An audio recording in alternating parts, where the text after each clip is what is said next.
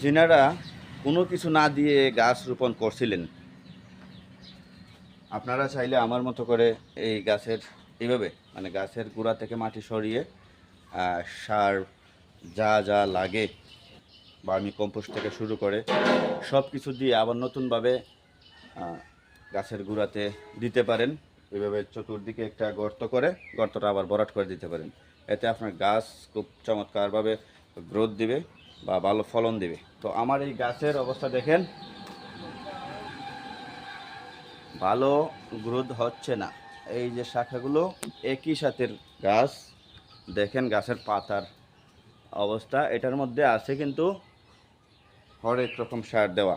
ওই যে মাটি মিক্সচার করছিলাম, আছে আপনার জিপ সার, বনমিল, হিউমিক অ্যাসিড, আরও বিভিন্ন রকম সার ভার্মি কম্পোস্ট থেকে শুরু করে অল্প দিয়েছিলাম, বেশি না। এই এতটুকু শুধু গুঁড়াতে দিয়ে পলিথিনে ডেকে রাখছিলাম।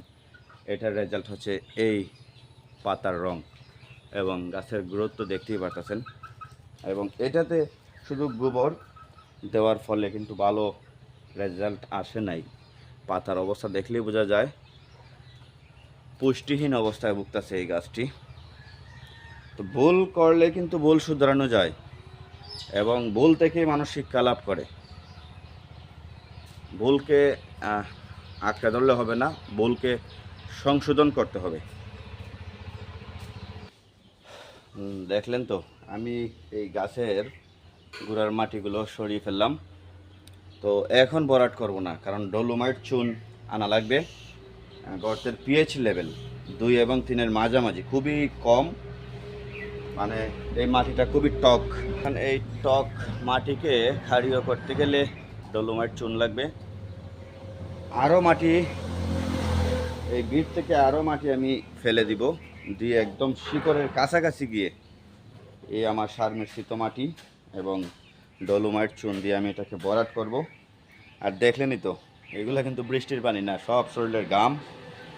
সকালবেলায় খুবই গরম এবং এই ঘামে কিন্তু নিজের ক্ষতি না, শরীরের উপকারই হচ্ছে। কারণ অতিরিক্ত চর্বি শরীর থেকে ঝরে যাবে, শরীর স্বাস্থ্য মন সব দিকে ভালো থাকবে। তো শুধু যে এই আঙ্গুর গাছ চাষ করব পরে শুধু আঙ্গুরই খাবো আর চারা বিক্রয় করে লাভ করবো তা না, শরীর স্বাস্থ্যের দিকেও উপকার আছে। যেহেতু কোনো পরিশ্রম হয় না আমার, তাই আমি এই কাজগুলো করি আর কি, বাড়িতেই শুরু করলাম।